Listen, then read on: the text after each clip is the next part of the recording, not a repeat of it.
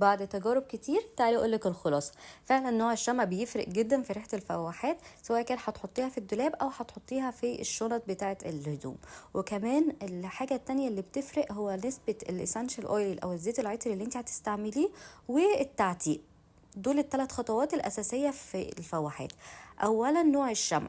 بعد تجارب أنا جربت كل أنواع الشمع، وعايزة أقولك أحسن نوعين هو شمع الصويا قوالب وشمع النخيل، دول أحسن نوعين.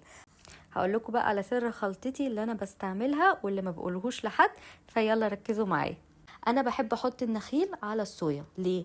لان النخيل شكله بيبقى كريستالي كده، انا مش بحب الشكل ده، بحب الشكل السموث.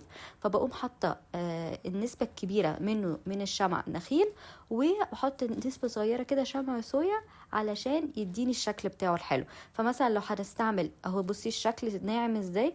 لو هستعمل مثلا 70% نخيل، هستعمل 30 صويا.